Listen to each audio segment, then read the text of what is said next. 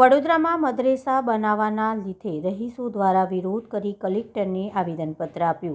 આજરોજ જૂની ગઢી વિસ્તારની મુકુલ ભારતી સ્કૂલમાં આવેલી સ્કૂલ સંકુલની જગ્યાને વિધર્મીઓને મદરેસા બનાવવા માટે ચાલી રહેલી તજવીજ જમીન ભાડે આપતા સ્થાનિક સહિત આસપાસના રહેતા લોકોનો વિરોધ છે, જેને લઈને રહીશોને લાગ્યું કે કલર કામ ચાલતું હશે ને કંઈક બની રહ્યું છે તેવી જાણ થતાં તમામ રહીશોએ પગલું ભરવું પડ્યું। કલેક્ટર કચેરી, પોલીસ ભવન અને ડીઈઓ કચેરી ખાતે આવેદનપત્ર આપવામાં આવ્યું।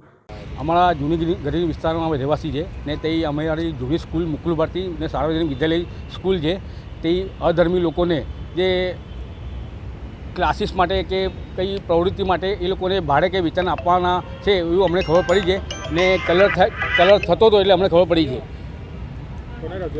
અમે કલેક્ટરશ્રીને રજૂઆત કરવાને આવેદનપત્ર આપવામાં આવ્યા છે।